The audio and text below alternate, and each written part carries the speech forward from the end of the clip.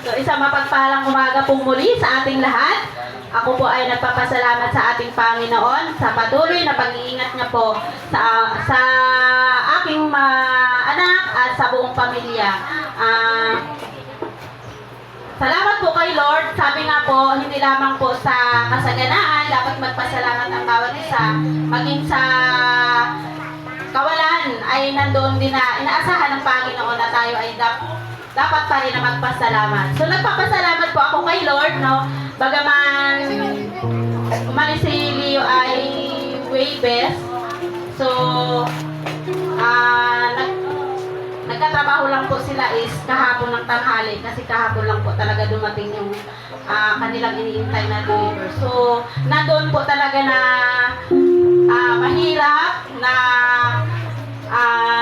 i-survive yung buong isang linggo dahil nandoon po talaga na kulang sa pinansyal, lalo tigit po ang para po sa mga anak na nagpasok. So, nandoon po na nagpapasalamat pa rin po ako kay Lord kasi yung mga time na yon mas lalong nandoon na ipinakita ko kay Lord na hindi ako bumibitaw sa Kanya at nandoon po talaga na talagang pinanghahawakan ko yung kanyang mga salita. At salamat po kay Lord dahil yun po na nakasurvive po ako ng ilang araw at nagpapasalamat din po ako sa mga tao na kung saan ay ginamit po ng Panginoon para mas maging madali po yung aming isang linggo na lumipas.